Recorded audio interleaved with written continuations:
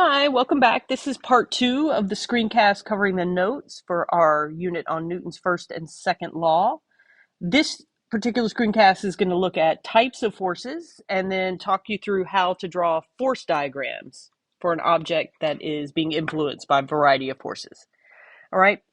When we draw force diagrams, we're going to include a couple different pieces of information. We're going to include the magnitude and direction of each force, but we also should include what type of force it is. So the type of force really deals with where is that force coming from and what is it doing. So when you think about a type of force, the name of each force really helps you know what that force is doing. All right, so we talk about the name and then the symbol, and that symbol will show up in our free body force diagrams. And I'm going to give a brief definition. All right, so applied force we represent with a capital F and a lowercase a. All right, and it's exactly what it sounds like. It's a force that's applied to an object. All right, so an example would be pushing something, maybe you kick something. All right, maybe you hit something or you pull something. All right, something that you physically do to the object would be considered an applied force. Other examples would be if you're driving your car, for example, and you press on the gas pedal, that acceleration, that thrust would be an applied force. The engine is applying a force that's causing that automobile to go. All right, next we have the normal force. Now, the normal force is a little strange. All right, it's called the support force.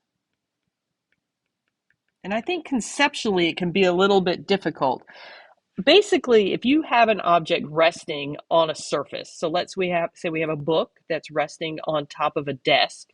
All right, we know that gravity is pulling on that book. It's pulling it towards the earth. But the desk is supporting that book and keeping it from falling to the earth. And that support that the desk is providing to the book is that support force. It's called the normal force, all right? And it opposes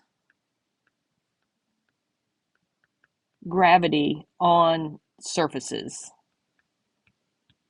All right, so anytime you have a car driving down the road or you have an object being pushed across a track, all right, vertically we've got gravity pulling on those objects down towards the center of the earth, but at the same time, whatever those objects are resting on or moving along is supporting and providing a normal force to counterbalance gravity. All right, speaking of which, gravitational force, also known as weight, you can either use F with a lowercase g or you can use a capital W. It's up to you. I don't mind. Either way works for me. All right, but that's the force exerted by gravity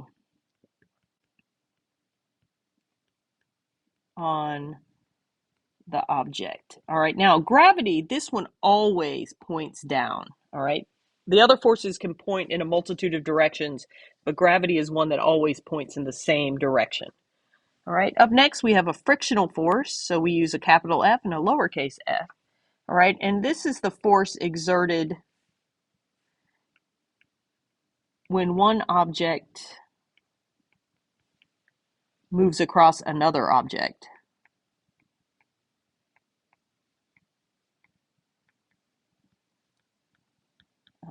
All right, friction is a word hopefully you've heard before.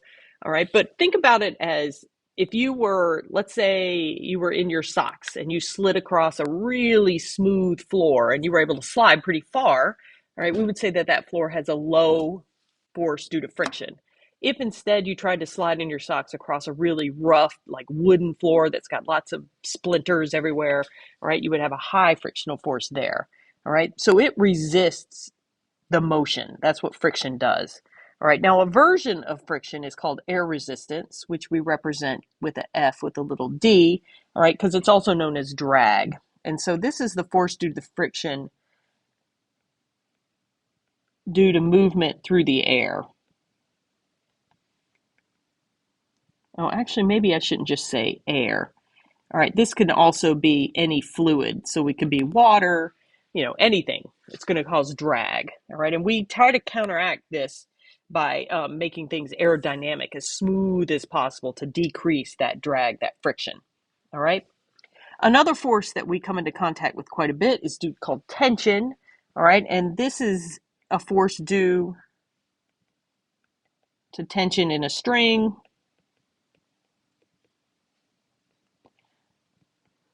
or a rope, or cables, basically any object, any length that is tied at two ends and pulled tight.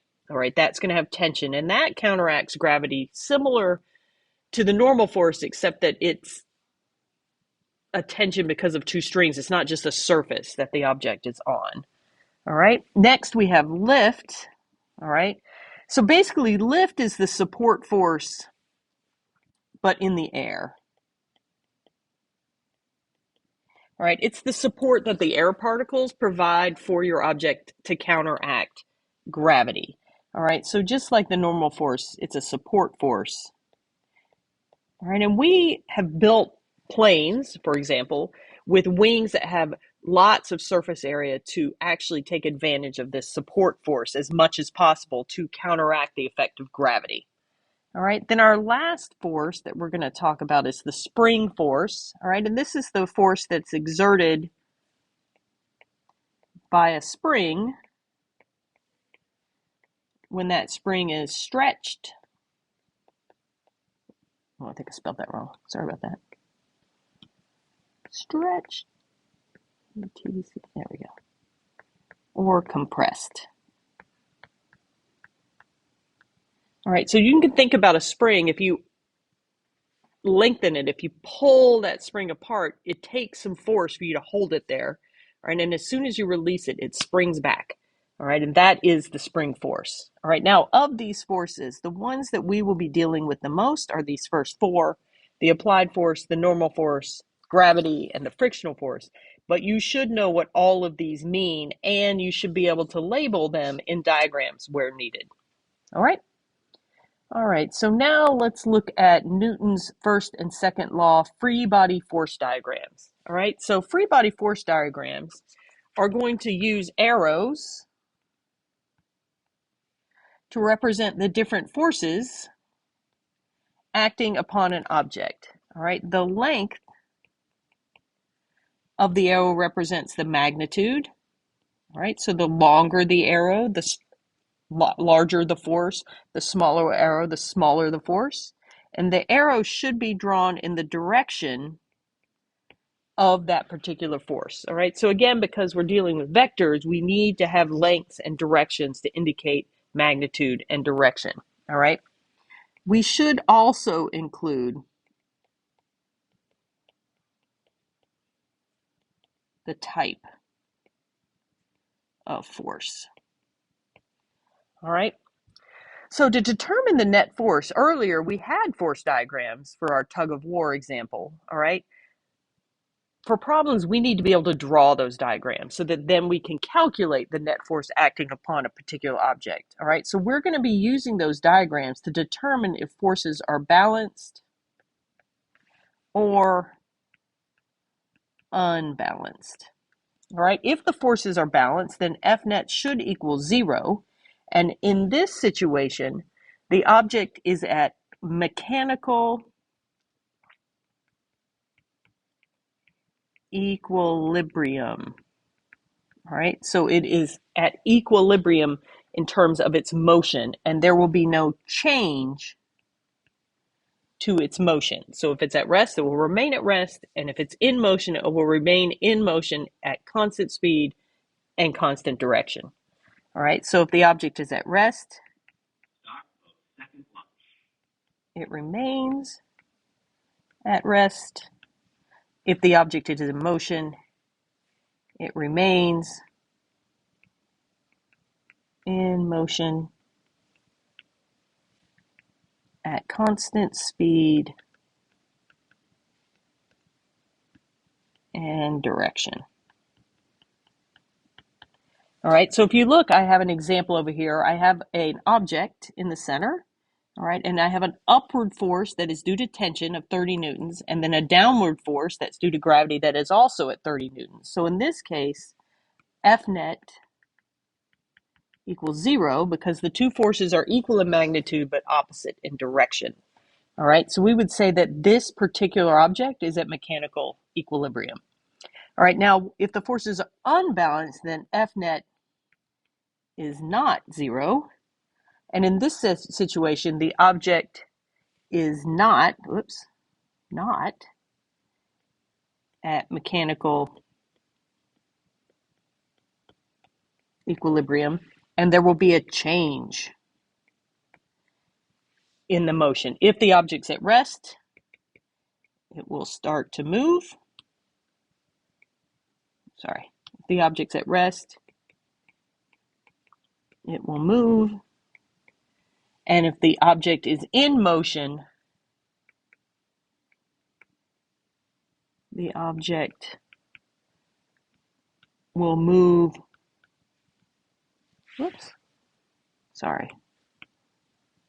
The object will move with changing velocity. All right, and that means if we have changing velocity, there's going to be acceleration. All right, now I have another example here. All right, I have an object in the center, and it's got 4 forces acting on it. It's got the normal support force acting up, the gravitational force acting down, and those two, looking at the arrows, appear to be balanced.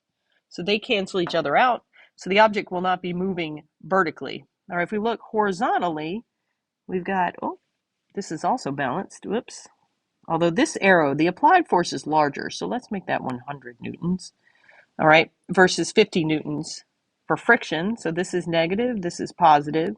So our F net is going to be 50 newtons, and that will be to the right, the positive direction. All right, so this object is accelerating to the right. All right, now to end, let's look at these 4 diagrams and see if we can calculate F net for each. All right, so if we look at our first diagram here, all right, we look first vertically, so we've got 25 newtons up, 25 down, so those cancel. We've got 20 to the right and 20 to the left, so those cancel. So in this case, F net must equal 0. So we have mechanical equilibrium. All right, if we move to the second, all right, we've got an upward motion of 25 newtons, down of 25 newtons, so those cancel. And then we've got 20 newtons to the right, 15 newtons to the left, so these do not cancel. So to the left is negative, to the right is positive, so F net here will be 20 plus negative 15, so we're going to get 5 newtons to the right.